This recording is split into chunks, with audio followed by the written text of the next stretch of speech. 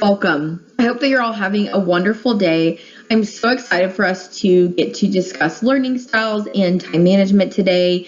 I will be giving you some tips and tricks, advice, some personal experience on these areas, and I'm hopeful that you'll get some really great takeaways from today's lesson on how to kind of utilize the best way that you learn, also how to best get the most out of your minutes each day. So definitely have some note-taking materials with you, but also you can just listen along, again, whatever way you learn best.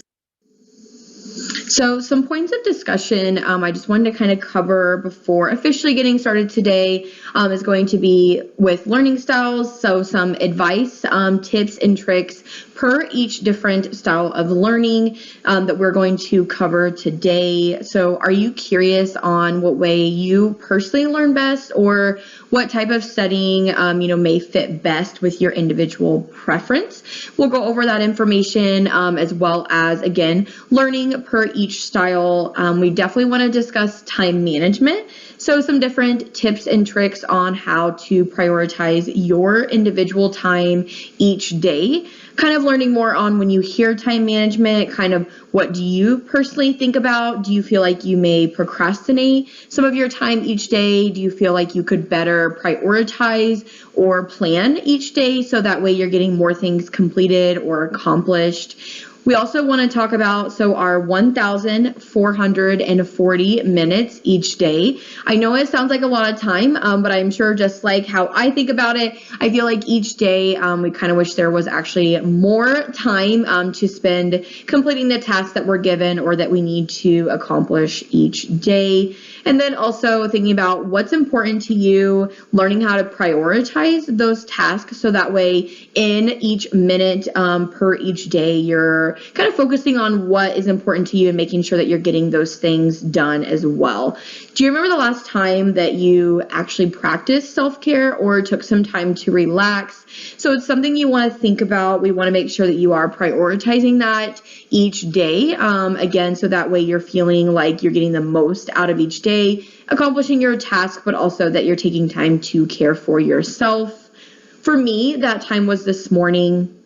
I made sure to set time aside to work out, to start my day off feeling accomplished. I also made sure to make my bed at the start of the day. So again, those are just some things that I have prioritized in my schedule to help make me feel better, start my day off with an accomplishment, and that just kind of helps me get things done throughout the day. So come along as we navigate this information and try to learn how to best study and also best use our time. So I want to introduce myself before I continue on. So my name is Whitney Robinette. I am actually one of the academic freshman advisors here at Ball State University. So I actually could be your individual advisor. And if so, please make sure to stay in great connection with me over this coming term. And that way that I can help you have a great semester. I would also like to encourage each one of you to make sure to stay in contact with your advisor, schedule an advising appointment. Make sure just to stay in contact so that we know if and when you need help or just have some questions. Again, we're very happy to help with that. And make sure, again, here in freshman academic advising that you are reaching out, scheduling appointments through Advisor Track and or sending emails so that we can assist you throughout this coming semester. So when you hear learning styles, what is the first thing that comes to mind? So for me, it was very simple. I look at the words, the letters, I see visually kind of that information. I can even think about myself studying. So this may not be your individual reaction, but for me, again, I am very visual when I learn. Now, for you, you may have read learning styles out loud and tried to make sense of maybe what's coming up or what we're going to cover together.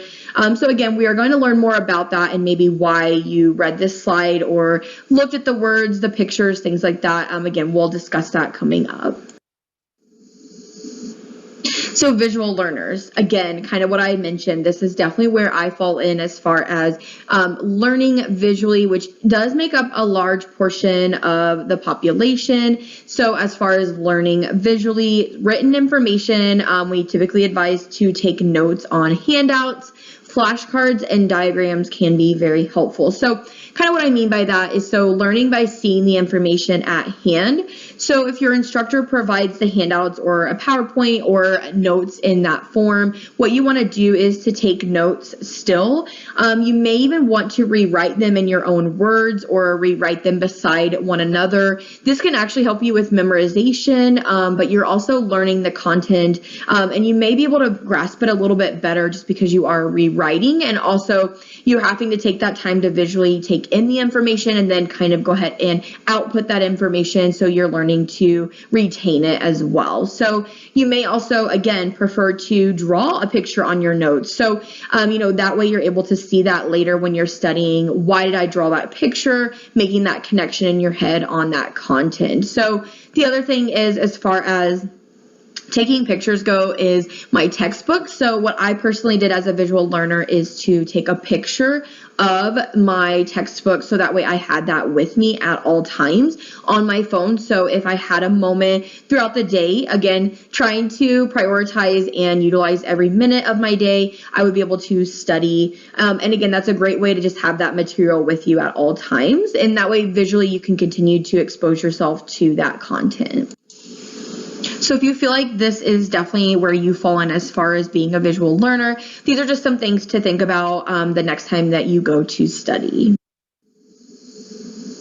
Now we have tactile or kinesthetic learners. So this is definitely where that hands-on teaching comes into play for those students that do feel like you learn best being hands-on with the content, the material. So imitation, practice. So for, if you think back, learning to write in cursive, we definitely had to practice a lot of that, and or math problems, things like that, the repetition, the practice, the imitation, going up on the chalkboard or a dry erase board and actually writing down, practicing, mirroring what our instructor or teacher was doing. The study space is very important.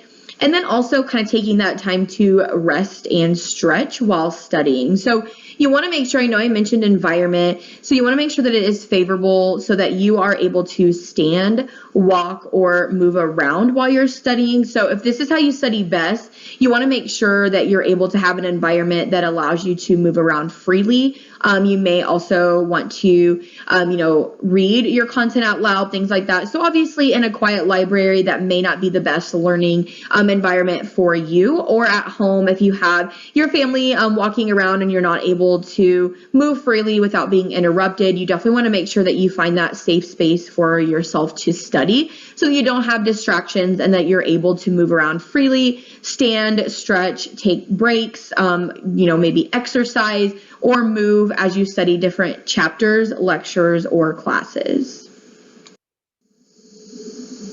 Now we have auditory learners. So spoken lectures preferred. You can read the content out loud.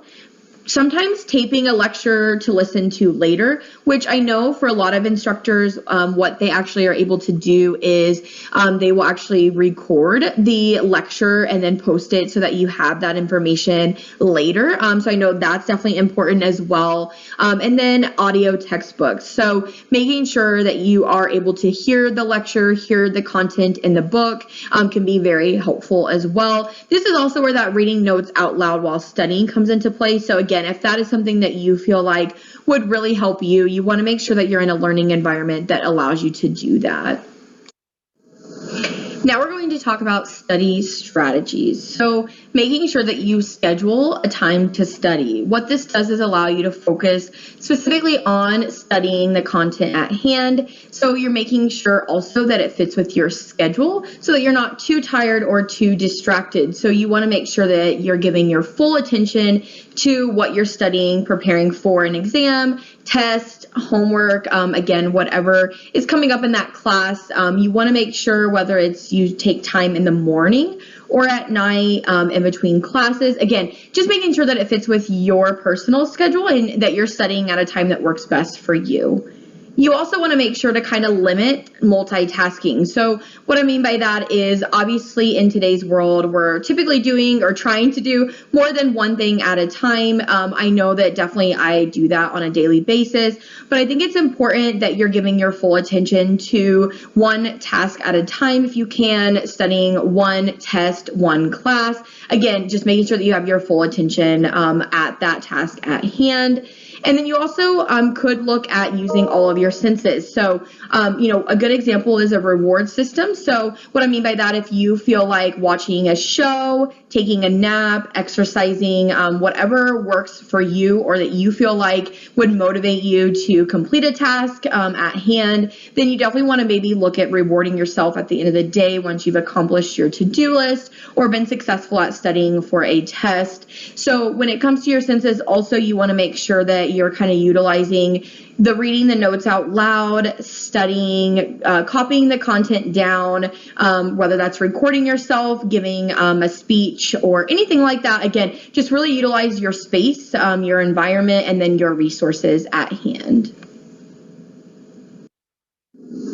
Now we're going to talk about time management. Managing your time to some, I know, can seem easy, but to many, I know that can feel as though there's not enough time in each day to complete the tasks at hand. I know there feels like maybe there's still something on a to-do list to finish up. There wasn't enough time to get it completed, or you may feel like looking back that you wasted some time during a certain day. So for many, scheduling out time for specific tasks can be very helpful. I think also it starts right now. So focusing on how you're using your time today. Are you able to account for all your minutes each day, and how are you spending those?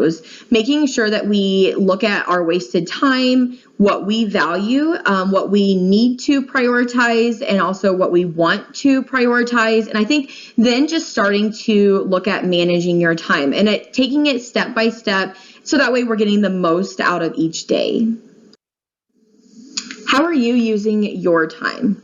When you hear 1,440, do you feel like that sounds like a lot, or do you also think that maybe you need some more time each day to complete the tasks at hand? I think that it's okay to think about prioritizing what matters most to you, or what you feel like you want to get accomplished most each day. So I think starting out each day with a list, or just thinking of things that you want to get done for the day and prioritizing time each day to get that accomplished. I also think that it's important to be flexible. So knowing that my time today could look different than what I do and prioritize tomorrow. And then also just allowing this to look at what is, the most important thing in your life right now. Is it studying, going to class? And again, this can change whether you're, going to class each semester, whether you're on break, things like that. So you want to make sure you're prioritizing different things and what matters in that moment to you. So what I may prioritize today would look very different than when I was a student in undergrad here at Ball State. Obviously, I had to allow time for going to class and studying, whereas now I need to allow time for obviously working out, my husband, things like that. So again, learn to be flexible with prioritizing your time for different stages of life. So I definitely wanted to make sure to give you a personal example. So for me, I typically sleep 6 to 8 hours each night, which is about 360 to 480 minutes of my day. I exercise once in the morning before work, and typically also once in the evening. So roughly we'll give that 2 hours or 120 minutes a day that I spend exercising. Then throughout the week, I do work 40 hours, or each day about 480 minutes. So far, we have about 960 to 1,080 minutes that are already accounted for each day. I typically choose then to spend the rest of the time, whether that is grocery shopping, cooking meals, meal prepping, spending time with my husband, my family, reading a book, household chores. Again, there's so much that I would throw in there that I would need to add each day. depending on what I want to accomplish or complete. I definitely would recommend, again, being flexible and knowing that your time management is something that you'll change throughout the different parts of your life, making sure to reevaluate it when changes do come up. So if you get a new job, you no longer have a job, or you just want to reevaluate where your time is going, I think it's important to be able to take a step back and to manage your time. And I think that just shows that you're taking those steps to really take control of each of your days. I wanted to just take a moment and discuss some takeaways from today's presentation. So when it comes to learning styles, I hope that you're able to get more information on the different learning styles that are out there. You may have already been familiar with them, but I hope that some of my tips and tricks can be ones that you use for this semester to help you just kind of feel like you're better retaining the information for you on an individual level, but also just learning some new ways to study and implement those in the classroom and during your study breaks. And then also with time management, I hope that you're able to see that time is very valuable. You may have already known that, but I think it's really important to break down your time each day and how you're using those minutes, what you're accomplishing, maybe what you're not accomplishing that you would like to work on getting done successfully. So whether you need to make that list, check those off as you accomplish tasks throughout the day. Maybe you need to look at putting more time into studying or more minutes into, sleep. Is that something that you feel like you're not getting enough of? Again, make sure to take time to kind of lay out what a typical day looks like for you personally and be willing to be flexible as things change or your life, again, may adjust. You want to make sure that you're allowing for appropriate priorities and timing depending on what stage of life you're in, or if you're in class, or again, if you're on break, and make sure that you have some different schedules for yourself, because I know that sometimes going off of the schedule is important, but I also think allowing yourself some flexibility. So if you want to add in something that comes up, or if an emergency occurs that you're not feeling like you're no longer able to accomplish what you needed to for that day. So I think it's really important to also be very flexible in your schedule as well. I wanted to provide you with some resources and a little bit of reference to go off of. I know I mentioned about visual learner that I was definitely more visual than auditory or tactile. That what I kind of did is this self-assessment, so you can learn what's your learning style. I definitely would encourage you to log on. It's a very quick assessment, and it can kind of tell you just based off of some questions that you answer in what way you learn best. And I think that can be really important, and then taking the tips and tricks that you were able to learn today and kind of put those into test for this semester. So as you're studying, as you're working with your instructors, you'll kind of hopefully be able to see that that will help you retain the content a little bit better. Hopefully see that your studying is a little more successful and that you feel like you're getting the most out of the time that you do set aside to study. I also wanted to mention the Learning Center. So Ball State does provide a ton of great resources for you as a student. I would definitely encourage you to take some time to visit the Learning Center's website. There's a ton of virtual resources that you can use, one of those being to learn more on study skills. There's some handouts, some tips, some tricks, and some takeaways that you can learn by visiting that website, and also just the Learning Center to get more information. I want to say thank you so much for joining me today. I hope that you were able to learn something new and or take away some information that can help you navigate this